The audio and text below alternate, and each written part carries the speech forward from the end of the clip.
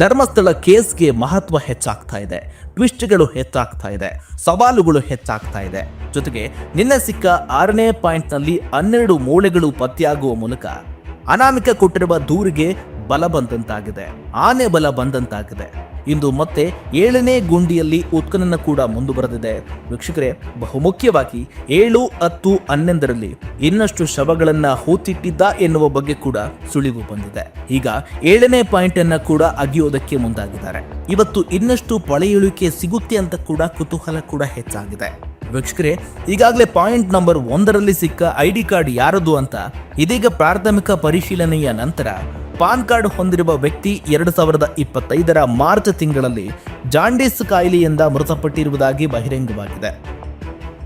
ನಮ್ಮ ವಿಜಯವಾಹಿನಿ ನ್ಯೂಸ್ ಚಾನೆಲ್ನಲ್ಲಿ ಪ್ರಮೋಷನ್, ಜಾಹೀರಾತು, ಅಡ್ವರ್ಟೈಸ್ಮೆಂಟ್ ನೀಡಲು ಸಂಪರ್ಕಿಸಿ 9535808456.